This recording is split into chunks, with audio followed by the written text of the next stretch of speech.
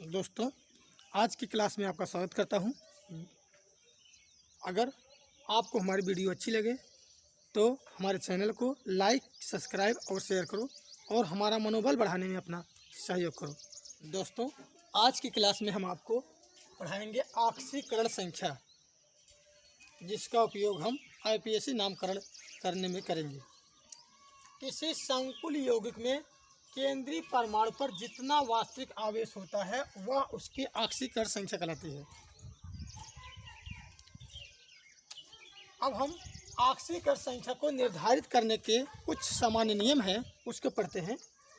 पहला है, मुक्त अवस्था में किसी तत्व की ऑक्सीकरण संख्या शून्य होती है, जैसे H2Cl2Cu AuSH P4। मुक्त अवस्था में इनकी ऑक्सीकरण संख्या शून्य होती है। दूसरा, किसी आयन या मूलक की ऑक्सीकरण संख्या उस पर उपस्थित आवेशों की संख्या के बराबर होती है। जैसे क्लोरीन पर 1 ऋण आयन है, इसकी ऑक्सीकरण संख्या 1 होगी। सल्फर पर 2 ऋण आयन है, इसकी ऑक्सीकरण संख्या 2 होगी। वैसे सोडियम की 1, मैग्नीशियम की 2, Cr2O7 क्रोमेट का 2, MnO4 का -1, NH4 का +1, PO4 का -3 और ClO3 की ऑक्सीकरण संख्या -1 होगी। दोस्तों, तीसरा है, सभी यौगिकों में क्षार धातुओं की ऑक्सीकरण संख्या +1 तथा क्षारीय मृदा धातुओं की ऑक्सीकरण संख्या +2 होती है। हम क्षार धातुएं क्या होता है, क्षार धातुएं और क्षारीय मृदा धातुएं S ब्लॉक में रखी गई है। तो हम इसको थोड़ा समझ लेते हैं। जैसे हम पढ़ते हैं ट्रिक से, हलीना करे रब से फरियाद, हलीना करे रब से फरियाद। ये S ब्लॉक के प्रथम सदस्य हैं। इसमें सबकी ऑक्सीकरण संख्या +1 होती है। उसी प्रकार क्षारीय मृदा धातु में हम पढ़ते हैं, जैसे बेटा, मांगे, कार, स्कूटर, बाप, राजू। यहाँ पर हम देख रहे हैं इन सभी तत्वों की ऑक्सीकरण संख्या +2 होगी। ये क्षारीय मृदा धातुएं कहलाती हैं, जबकि ये क्षार धातुएं कहलाती हैं। ये S ब्लॉक के तत्व हैं, S ब्लॉक के तत्व हैं। दोस्तों, अब हम अगला देखते हैं। यौगिक में हाइड्रोजन की ऑक्सीकरण संख्या +1 होती है, परंतु धातु हाइड्राइडों में हाइड्रोजन की ऑक्सीकरण संख्या -1 होती है। जैसे NaH में हाइड्रोजन की ऑक्सीकरण संख्या -1 होगी। ये धातु हाइड्राइड है, जबकि यौगिक में ऑक्सीकरण संख्या +1 होगी। अगला नियम है, यौगिक में ऑक्सीजन की ऑक्सीकरण संख्या सामान्यतः -2 होती है, परंतु परऑक्साइडों में जैसे H2O2, Na2O2, BaO2, S2, H2, S2O8 में ऑक्सीजन की ऑक्सीकरण संख्या -1 होती है, परंतु FO2 में O की ऑक्सीकरण संख्या +2 होती है। दोस्तों, ऑक्सीजन की ऑक्सीकरण संख्या -2 होती है। इसको हम जब ऑक्सीकरण संख्या निकालेंगे क्वेश्चन में तो आपको क्लियर होगा। तो अभी हम केवल नियम को देख लेते हैं। सभी यौगिकों में हाइड्रोजनों की ऑक्सीकरण संख्या -1 होती है। दोस्तों, हम जानते हैं हाइड्रोजन को P ब्लॉक में रखा गया है।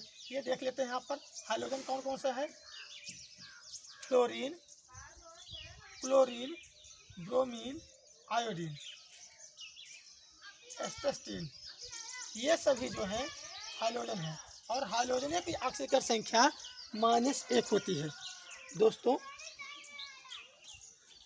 अगला है, किसी अणु आण्विक आयन के सभी परमाणुओं की ऑक्सीकरण संख्याओं का कुल योग उसके आवेश के बराबर होता है। ऑक्सीकरण संख्या निकालने के लिए एक फार्मूले के द्वारा हम आपको दिखाते हैं। किसी अणु और आण्विक आयन के लिए, जैसे हमारे पास यहाँ पर एक सूत्र बनाए हैं, इस सूत्र की सहायता से हम ऑक्सीकरण संख्या को निकालेंगे। M A M dash V L X whole power Y के लिए इसको हम सूत्र में कैसे लिखेंगे, ए गुणे एम की आंशिक संख्या प्लस बी गुणे एम डैश की आंशिक संख्या प्लस एक्स गुणे एल की आंशिक संख्या बराबर वाई, इस पर उपस्थित आवेश की संख्या के बराबर। अब इसको हम उदाहरण के द्वारा अर्थात क्वेश्चन में हम समझते हैं कि कैसे हम आंशिक संख्या को निकालते हैं। दोस्तों, आंशिक संख्या हमें निकालना आना चाहिए। ये नियम हमें याद करने की ज़रूरत नहीं है, सिर्फ पढ़ लेना है। हम जैसे क्वेश्चन सॉल्व करेंगे तो हमें अपने आप सब याद हो जाएगा, इसलिए आप टेंशन मत लीजिए और घबराने की कोई ज़रूरत नहीं है। अब हम आंशिक संख्या को क्वेश्चन के द्वारा समझते हैं। दोस्तों, निम्नलिखित आयनों आवर्त अणुओं में रेखित परमाणु की आंशिक संख्या ज्ञात करो। यहाँ पर है रेखित परमाणु Fe की आंशिक संख्या ज्ञात करना है, यहाँ पर सिल्वर की आंशिक संख्या ज्ञात करना है, यहाँ पर कोबाल्ट की आंशिक संख्या ज्ञात करना है, यहाँ पर Ni की आंशिक संख्या ज्ञात करना है।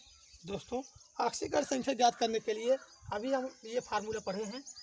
इस फार्मूले में हम देख रहे हैं एम क्या है, एम आपका सह आयन है यानी के है, ए की वैल्यू यहाँ पर 4 है, एम डैश जो है Fe है जिसकी आंशिक संख्या में ज्ञात करना है।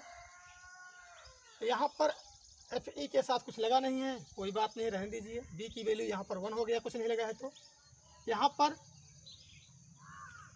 Cn लिगेंड है जो यल का मान है, X की वैल्यू यहाँ पर 6 है और इस पर कोई आवेश ऊपर उपस्थित नहीं है, आवेश उपस्थित नहीं है, तो यहाँ पर y की वैल्यू 0 है। तब इसको हम देखते हैं, इसकी आंशिक संख्या Fe की निकालते हैं। ये हो जाएगा के आप पोटेशियम है। अभी हमने पढ़ा कि क्षार धातुओं की आंशिक संख्या +1 होती है,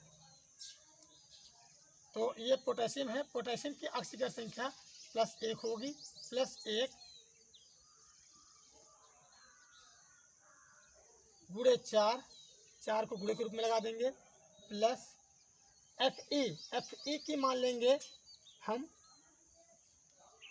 आंशिक संख्या को। Fe के लिए हम मान लीजिए कुछ भी मान लेते हैं, जैसे कैपिटल X मान लेते हैं, कैपिटल X मान लिए, कैपिटल X और Cn की आंशिक संख्या -1 होती है, -1 गुणे 6, यहाँ पर प्लस लगा देंगे, प्लस यहाँ पर X है, ये है X इक्वल टू, यहाँ पर कोई आवेश नहीं है, ये 0 हो गया। अब हो जाएगा 4 1 जा 4 प्लस X प्लस 6 में -1 का मल्टीप्लाई करेंगे, -6 हो जाएगा इक्वल टू 0। अब इसमें देखो ये माइनस है, ये प्लस है, ये सब ट्रैक हो जाएगा यानी घट जाएगा, यानी हो जाएगा x -2 इक्वल टू 0, यानी x बराबर हो जाएगा 2 यानी +2, यानी इसकी आंशिक संख्या केंद्रीय धातु परमाणु Fe की आंशिक संख्या +2 है। इसी प्रकार इसका हम निकालते हैं, Ag का हमें निकालना है। यहाँ पर सह आयन प्रति आयन कुछ भी नहीं है, यानी यहाँ तक कुछ भी नहीं है। अब 20 शुरू करते हैं एम डैश से, एम डैश यानी Ag है, Ag की आंशिक संख्या को हम मान लेते हैं x है, x प्लस 2 गुणे Cn की आंशिक संख्या -1 होती है इक्वल टू, इस पर आवेश की संख्या -2 है, यानी y की वैल्यू -2 है। यहाँ पर हम रखते हैं तो हो जाएगा x -2 इक्वल टू -2।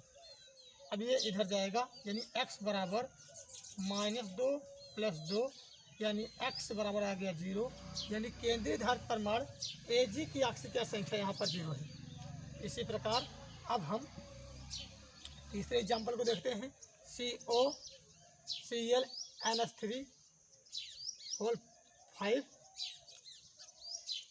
का आवेश 2+ है। यहाँ पर CO की आंशिक संख्या हमें निकालना है, इसको हम x मान लेते हैं, प्लस यहाँ पर क्लोरीन है, क्लोरीन की आंशिक संख्या -1 होगी, क्योंकि हम पढ़े हैं हाइड्रोजनों की ऑक्सीकरण संख्या -1 होती है। फिर यहाँ पर +5 मल्टीप्लाई, यहाँ पर NH3 है। NH3 यानी अभी हम पढ़े हैं मुक्त यौगिकों का ऑक्सीकरण संख्या 0 होती है, यानी NH3 की ऑक्सीकरण संख्या यहाँ पर 0 हो जाएगी, इक्वल टू ये आवेशों की संख्या के बराबर होगा यानी 2। यहाँ पर इसको हल करेंगे, x -1 0 में इसका मल्टीप्लाई करेंगे 0 हो जाएगा, +0 इक्वल टू 2, यानी x इक्वल टू 2 + 1 यानी x बराबर आ गया 3। यानी यहाँ पर CO की ऑक्सीकरण संख्या +3 है। दोस्तों हम पहला, दूसरा, तीसरा क्वेश्चन सॉल्व कर लिए हैं। अब चौथा क्वेश्चन हम यहाँ पर सॉल्व कर लेते हैं।